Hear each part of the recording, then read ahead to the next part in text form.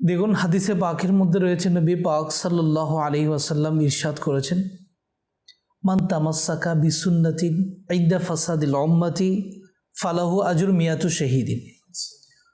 যে এই ফিতনা ফাসাদের যুগে একটি সুন্নতের উপর আমল করবে, সুন্নতকে আঁকড়ে ধরবে, তাকে শত শহীদের সওয়াব দান করবে। সুবহানাল্লাহ, সুবহানাল্লাহ। তবে এই হাদিসের ব্যাখ্যায় উলামায়ে কেরাম বলেন, শত শহীদের সওয়াব পাওয়া যাবে এমন সুন্নতের উপর আমল যে সুন্নত প্রায় বিলুপ্ত হয়ে গেছে, মানুষ ওই সুন্নতের উপর আমল করা ছেড়ে দিয়েছে। এমন সুন্নতকে যে জীবিত করবে, যে আমল করবে, সেই শত শহীদের সওয়াব দান। সুবহানাল্লাহ, সুবহানাল্লাহ। আচ্ছা, সুন্নতের অনেক গুরুত্ব রয়েছে। আল্লাহ তাআলা বলেছেন, মা আতাকুমুর রাসূলু ফাখুযুহু, তোমাদের জন্য যা আমার নবী রেখে এসেছে তা আঁকড়ে ধরো।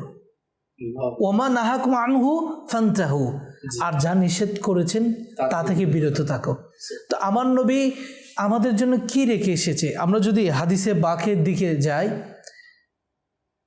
যে আমার নবী করিম সাল্লাল্লাহু আলাইহি ওয়াসাল্লাম ইরশাদ করেন, তারাকতু ফীকুম আমরাইন, আমি তোমাদের জন্য দুইটি জিনিস রেখে এসেছি। দুটি বিষয় কি? ফালান তাদিল্লু ইন ইম্মা তামাসসাকতুম বিহুমা, যখন ওই দুইটি বিষয় তুমি আঁকড়ে ধরবে, তখন তোমরা পথভ্রষ্ট হবে না। সুবহানাল্লাহ। ফাহুমা কুরআনু ওয়াস সুন্নাহ, বলা হচ্ছে একটি হচ্ছে কোরআন আর একটি হচ্ছে সুন্নাহ। তো নবীর সন্তুষ্ট হচ্ছে তো বলতে গেলে সুন্নতের উপর আমল করা। যেমন নবী পাক সাল্লাল্লাহু আলাইহি ওয়াসাল্লাম ইরশাদ করছেন, মান আহাব্বা সুন্নতি ফাকাদ আহাব্বানি ওয়া মান আহাব্বানি কানা মাইয়া ফিল জান্নাহ, যে আমার সুন্নতকে মহব্বত করলো সে আমাকে মহব্বত করলো, আর যে আমাকে মহব্বত করবে সে আমার সাথে জান্নাতে থাকবে। সুবহানাল্লাহ। তাহলে নবী পাকের মহব্বতটাকে সুন্নতের সাথে কি দিয়েছেন? সংযুক্ত করেছেন। শুধু আমি মুখে দাবি করলাম যে আমি আমার নবীকে মহব্বত করি, সেটা হয়তো হবে না। মহব্বতের পরিচয় হবে সুন্নতের মাধ্যমে। দৈনন্দিন আমরা কোনো না কোনো কাজ করে থাকি, যেমন ধরুন আমাদের চলাফেরা, আমাদের খাওয়া দাওয়া, আমাদের উঠা বসা, আমাদের শয়ন জাগরণ, আমাদের ব্যবসা বাণিজ্য, আমাদের চাকরি, অর্থাৎ একজন মানুষ তার জীবনে অনেক কিছু করে থাকে। সেটা বাধ্যগত কারণে হোক, প্রয়োজনে হোক বা অপ্রয়োজনে হোক। যেমন প্রতিদিন ঘুমাই, এটা আমাদের শরীরের প্রয়োজন।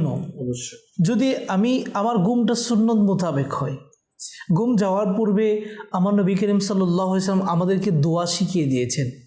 আমার নবীও পড়তেন, ঘুম থেকে উঠে কোন দোয়া পড়ব, এভাবে অনেক কিছু শিখিয়ে দিয়েছেন। ওয়াজিফা পাঠ করার জন্য বলেছেন। যখন আমার ঘুমটা যখন সুন্নত মোতাবেক হবে, তখন আমার ঘুমটা ইবাদত হবে। আর যখন আমার ঘুমটা ইবাদত হবে, তাহলে আমরা এই ঘুমের মাধ্যমে নেকি অর্জন করতে পারব।